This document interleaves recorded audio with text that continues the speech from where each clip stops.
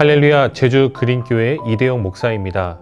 코로나19 팬데믹으로 우리의 일상은 이전과 많이 달라지게 되었습니다. 당연하던 것들이 당연해지지 않게 되었고, 사람들은 코로나를 통해 그 이전에는 발견하지 못한 것들을 발견하게 되었습니다.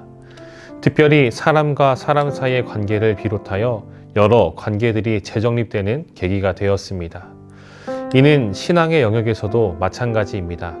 코로나 시대를 통하여 우리는 하나님과 나의 관계, 하나님과 교회의 관계, 그 이전에는 당연시 여겼던 것들을 다시 한번 돌아보는 귀중한 시간을 갖게 되었습니다. 오늘 본문을 보면 예수님께서 제자들과 무리들이 가지고 있던 매우 당연시 여기고 있던 개념을 산산조각 내시는 장면을 살펴볼 수 있습니다. 주님은 이렇게 말씀하시죠. 나더러 주여 주여 하는 자마다 다 천국에 들어갈 것이 아니요. 주여 주여 한다고 해서, 주님을 부른다고 해서, 주님을 알고 있다고 해서 다 천국에 들어갈 수 없다고 분명히 말씀하십니다.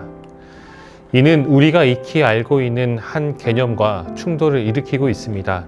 사도 바울은 로마서 10장 10절을 통해서 사람이 마음으로 믿어 의에 이르고 입으로 시인하여 구원에 이르느니라 라고 말했습니다.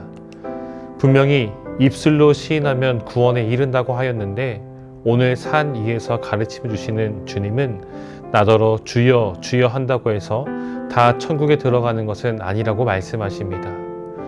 주님은 여기서 멈추지 않고 더 나아가 말씀하십니다. 마지막 때에 주여 주여 부르는 자들이 주님의 이름으로 선지자 노릇하고 귀신을 내쫓고 많은 권능을 행하였다라고 말하는데, 이때 이들을 향해 주님께서 이렇게 말씀하십니다.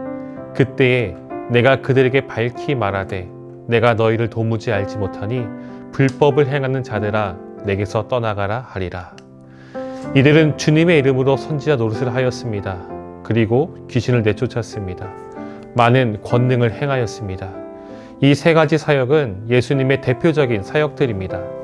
하나님의 말씀을 가르치시고 귀신을 내쫓으시고 병자를 고치시고 수많은 이적을 행하시는 것, 바로 주님께서 이 땅에서 몸소 보여주시고 행하신 사역들입니다. 한 신학자는 주님의 이름으로 라는 문구 속에 주님과 연합하여 라는 뜻을 가지고 있다고 주장합니다. 주님의 제자들이라고 말하는 이들은 단순히 주님의 이름이 아닌 좀 더 깊은 의미에서 주님과 연합하여 예수님께서 행하신 사역들을 본받아 그대로 행한 자들입니다. 그러나 이들을 향해 주님께서 하시는 말씀은 그들을 도무지 알지 못한다 하시며 그들을 거절하십니다. 그리고 떠나라고 말씀하시죠. 왜 주님께서 이들을 거부하시는 것일까요? 주님은 이들에게 불법을 행하는 자들이라고 지적하십니다. 사도 요한은 그의 편지를 통해서 죄는 곧 불법이라고 정의하였습니다. 즉 주님의 이름으로 주님과 연합하여 주님의 사역을 행한 이 제자들은 한쪽에서는 사역을 행하였지만 다른 한쪽에서는 여전히 불법, 죄를 짓는 모습을 가지고 있었던 것이죠. 아무리 입술로 주여 주여 외친다 하여도, 아무리 주님의 이름으로 주님과 연합하여 큰 사역을 행한다 하여도 불법을 저지른다면, 여전히 죄의 영역 속에 발을 딛고 있다면 그 자는 결단코 천국에 들어가지 못합니다.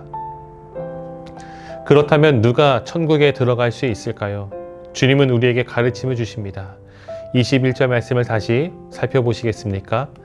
나더러 주여 주여 하는 자마다 다 천국에 들어갈 것이 아니요 다만 하늘에 계신 내 아버지의 뜻대로 행하는 자라야 들어가리라.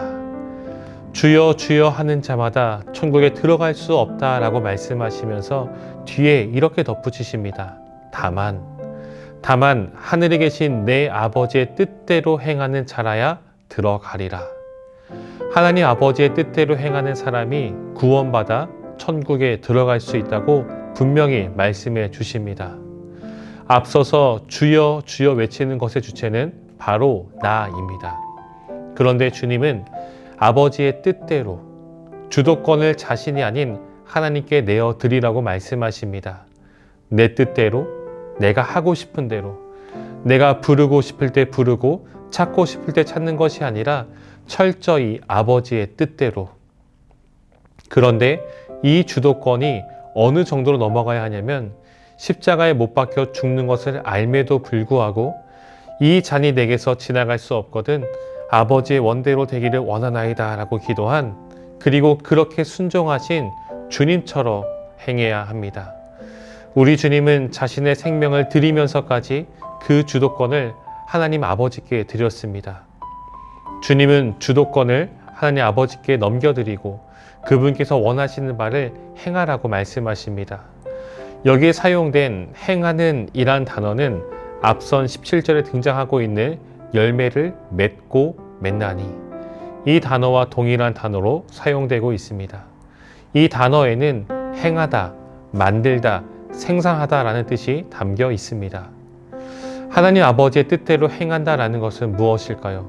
그것은 하나님의 뜻이 내 안에서, 내 삶 속에서 만들어져야 한다는 것입니다.